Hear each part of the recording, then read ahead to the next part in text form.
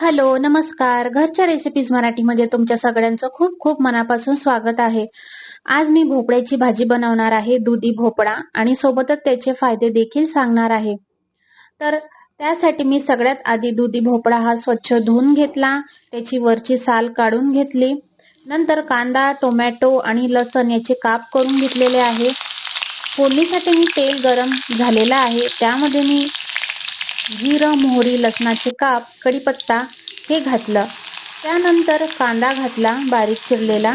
कांदा हा चांगल्या प्रकारे परतून घ्यायचा. त्यामध्ये सगळेच मसाले घालायचे, जसे की आपली चवीनुसार लाल मिरची पावडर, हळद.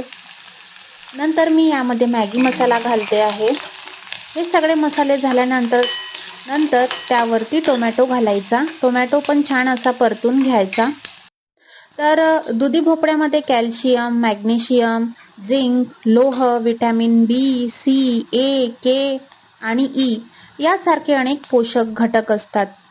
तसेच दुधी भोपळ्यामध्ये फायबर आणि फॅटचे प्रमाण कमी असते, त्यामुळे पचन संस्था निरोगी राहते. तसेच दुधी भोपळ्यामध्ये असलेले अँटीबायोटिक गुण युरिनरी डिसऑर्डर आणि युरिन ट्रॅक इन्फेक्शन दूर करण्यास मदत करतात. आणि दुधी भोपळ्याचा रस प्यायल्याने वजन कमी होण्यास मदत होते. तसेच याचा दुधी भोपळ्याचा रस पिल्याने रक्तदाब नियंत्रित राहतो.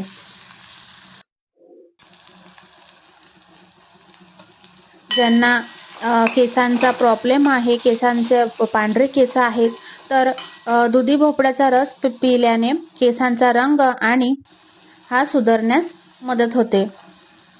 तसेच ज्यांच्या लिव्हरवर सूज आहे, तर रस पिल्याने सूज दूर कमी होण्यास मदत होते. ज्यांच्या शरीरामध्ये उष्णता ही जास्त प्रमाणात आहे, तर दुधी भोपळ्याचा रस पिल्याने शरीराला थंडावा मिळतो.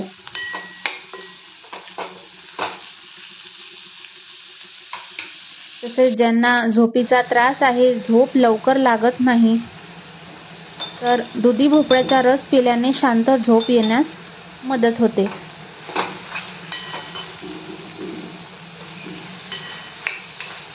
आपल्याला तर माहीतच आहे की दुधी भोपळा हा आपल्या हृदयासाठी खूप गुणकारी आहे. दुधी भोपळ्याचा रस पिल्याने हृदयासाठी खूप चांगलं उपयुक्ताचं ठरते.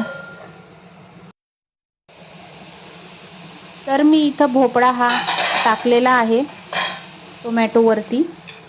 हा छान मिक्स करून घ्यायचा. त्यामध्ये चवीनुसार मीठ घालायचं. छानपैकी मिक्स करून घ्यायचं. झाकण ठेवून याची 2-3 वाफ काढून घ्यायची.